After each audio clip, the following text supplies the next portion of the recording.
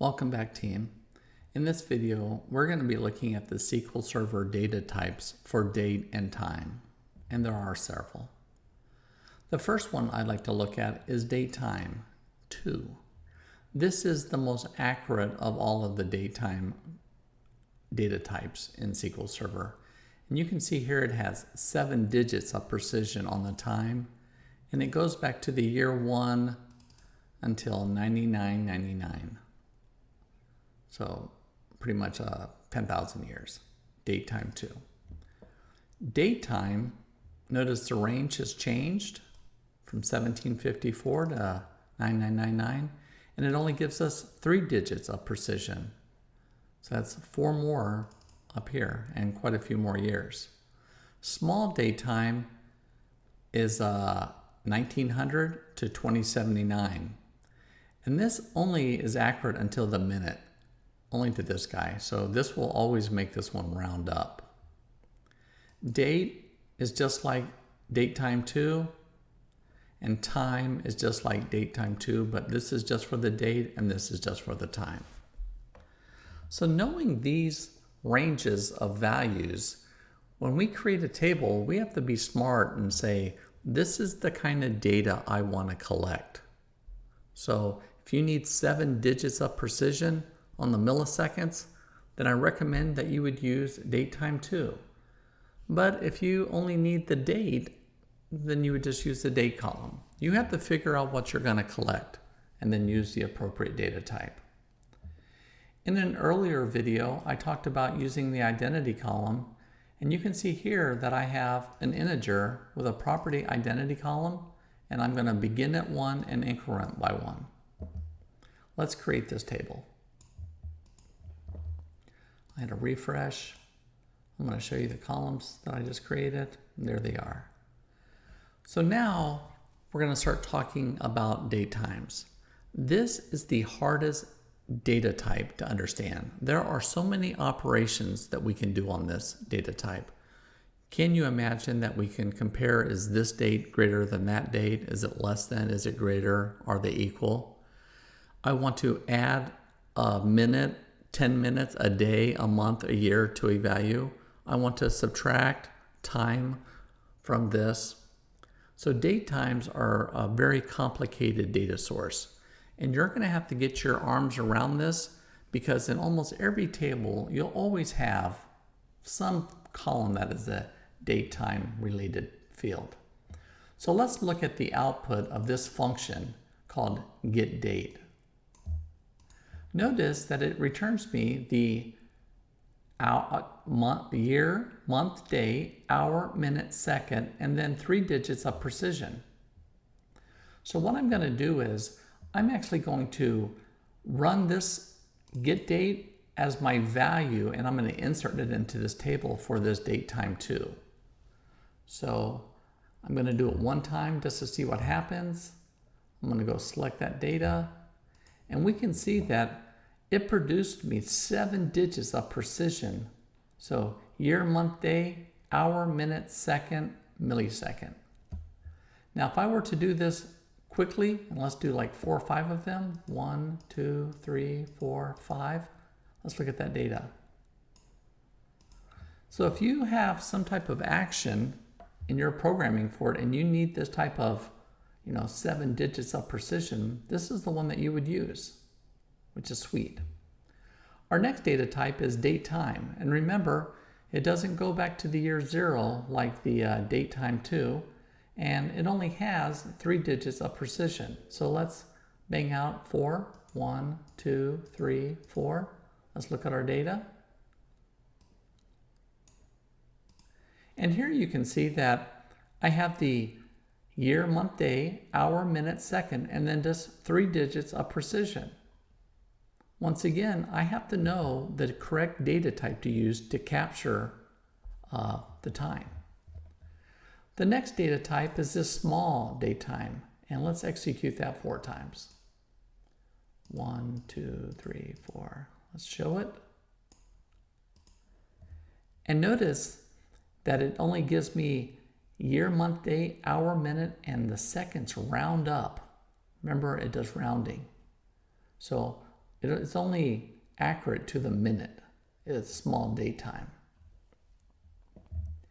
Now the date is going to be using DateTime, the function, but I'm only going to strip out the date part. And let's execute that several times. 1, 2, 3, 4. And they should all be the same for the date column. The date, notice, doesn't matter that that function returns me hour, minute, second, millisecond. I'm only going to be using the date. And time, you guessed it, I only strip out the time. 1, 2, 3, 4. And then let's see the data. And notice that it gives me the same accuracy of DateTime2, but just the time. And there you have it using getDate. Now this is a very simple way to capture the date time from the system. And a lot of times we can use that, but sometimes we get user time from somewhere else. I have to look at one thing before I make this delete statement. Do you remember that I had an identity column on this integer and I started at 1 and I incremented by 1? If you can see, the current value of that identity column is set at 22. When I go and hit the delete button, what's going to happen is it's going to delete all the data, but it's not going to start over the identity. The identity right now is 22. So when I execute this insert statement, that value for ID on the first row up here will be 23. Let's do that. So delete all the data. Bye-bye. And then let's see what we have in there. Nothing. Okay, so now we're going to do our first insert. And then as I just told you, that ID column is an identity column. It was 22. It will now be 23. And let's do a little select command. And we're at 23. And notice on this identity, we are out 1, 2, 3, 4, 5, 6, 7. It's only to 7, but I have an 8 on the end. Notice that it did rounding. And if I come down here and put this as a 2, and I insert that, it will stay at 7.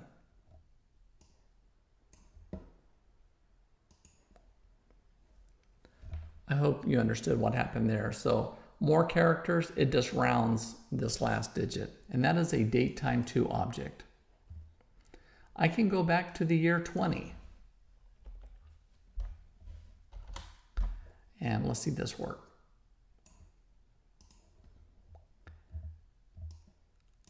And that was a long time ago, but that was the year 20. So the next one that we're going to be looking at is called the DateTime. Now this one does not allow rounding on our milliseconds. It will actually error out. So let's do one record. If I come in here and say insert this, notice it's fine, and I can bang it a few more times and I can select the data.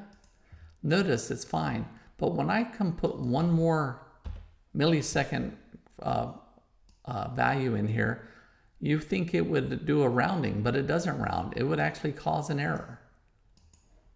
And there it is the format string is no longer valid. So that's why we'd get that error. So only 3 digits if you're going to be using DateTime. And remember, this can't go back to the year 20. If I try to use that here, it's going to say, what are you trying to do? Yeah, I don't, it's out of range. But if I said 1800, which is before that started, they would be fine. 1800. Okay, so now we're at SmallDateTime. Notice rounds the minute and zeros the values for seconds. So here you can see I am at 52 seconds. So when I execute this insert statement, this should go to 1344. Let's give that a whirl.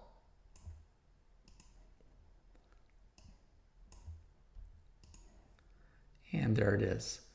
And it sets the seconds to 0 and it rounded up. So it was 43 here. 52, it rounds up.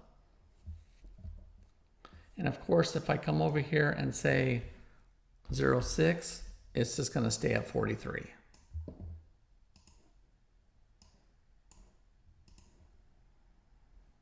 Okay, and that is small date time.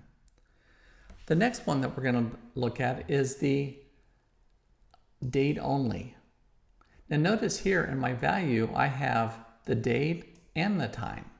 So when I insert this, what it's going to do, it's only going to strip out the date portion. And it doesn't matter what I do over here. If I say dot, it doesn't matter. It's only going to take the date portion. And the date portion can go all the way back to the year 20. And let's see how that acts. And there you have it. So the last one is the time, and it executes just like the date, but only takes the time.